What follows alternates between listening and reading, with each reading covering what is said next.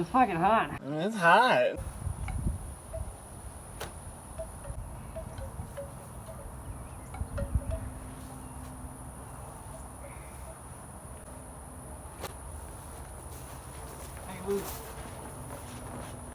So I hope this picks up on the camera, but fuck.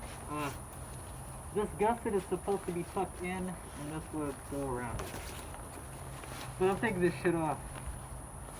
It's actually like fucking ass, dude. Oh my god.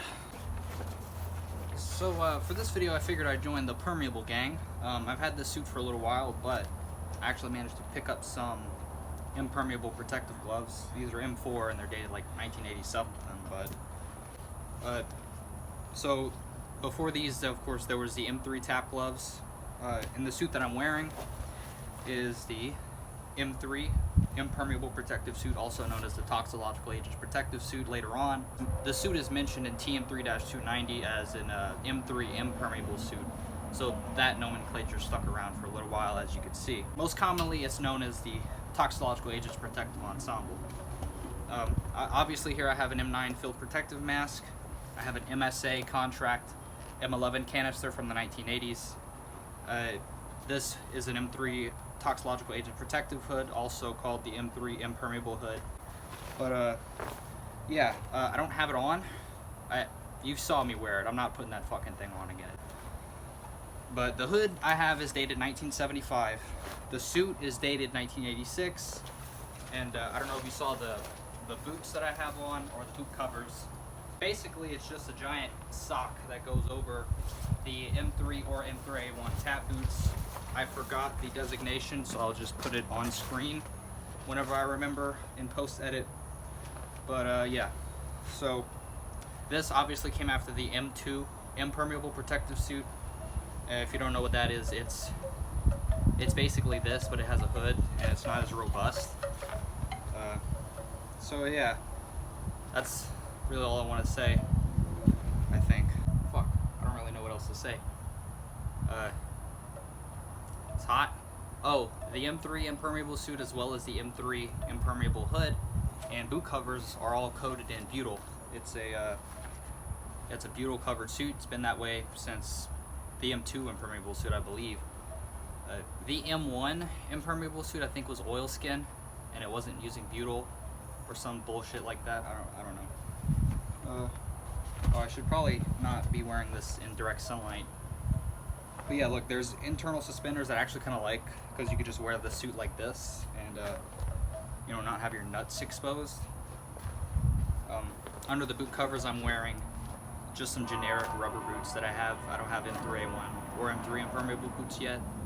Underneath the Ensemble you would have an impregnated long sleeve wool undershirt that was impregnated, like I just said, as well as long drawers and permeable protective gloves. So yeah, without that the suit would be useless.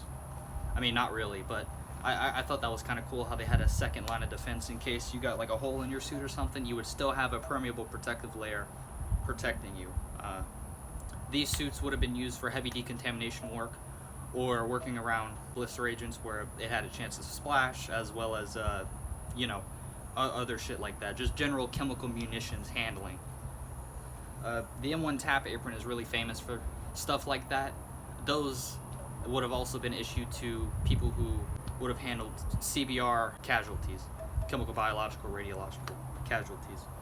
So I'll move into my house where it's a lot cooler. I'll regroup and then I'll go over the other shit for it. I don't know too much of the developmental history about it, but I know these came around the early 1950s. And were used well into the 1990s, probably even early 2000s, with the M9 Field Protective Mask, as well as the later the M40. So here you have your protective mask with the god-awful M3 Toxicological Agents Protective Hood, also known as the M3 Impermeable Hood. Now, there's two protective hoods that were made for the M9, especially for the Impermeable Ensemble, and that is the M4 and the M3. Now, as the way I understand it is, the M4 wasn't used with the M3 impermeable protective suit. You never see photos of it in use with that. You only ever see it in use with the M1 toxicological protective apron. So yeah, this sucks a lot to wear, which is why they actually developed a cooling hood for not only the mask, but a cooling suit that went over the suit. It was essentially a two-piece suit that was bird's eye diaper cloth. What the fuck is that? Jacket and trousers combo, and was made of a bird's eye diaper cloth, and it was drenched in water and worn over the suit, over the impermeable protective ensemble. And what that did is it took advantage of the water evaporation for cooling of the suit, making it a lot more comfortable to wear in hot weather, and actually allowed you to wear it for a longer period of time. Obviously, drenching it in water every now and then would ensure that, you know, you would stay cool. Because without it, and with it of course, there was a limited time you could wear this. So I actually have a chart here. Below 30 degrees is 8 hours, which is a really long time. I wouldn't wear that for 8 hours. In 30 to 50 degree weather, 5 hours.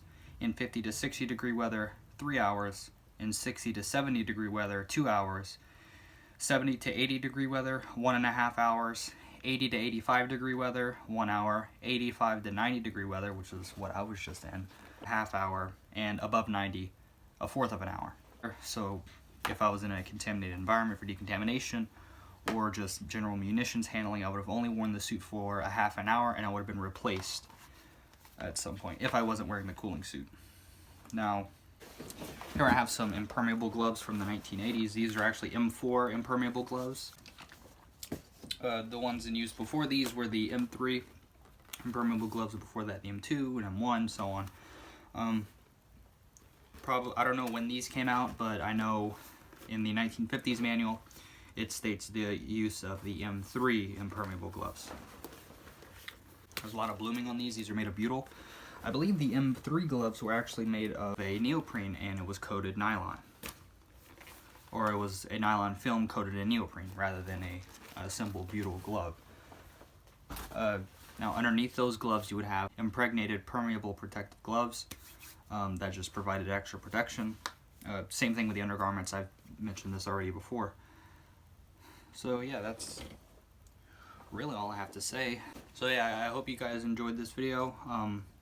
I have another video that I plan on uploading very soon that you'll probably like. So yeah, I'll see you later.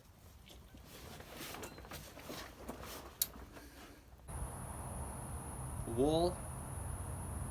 So underneath you would wear a wool long shirt. What the fuck did I just say?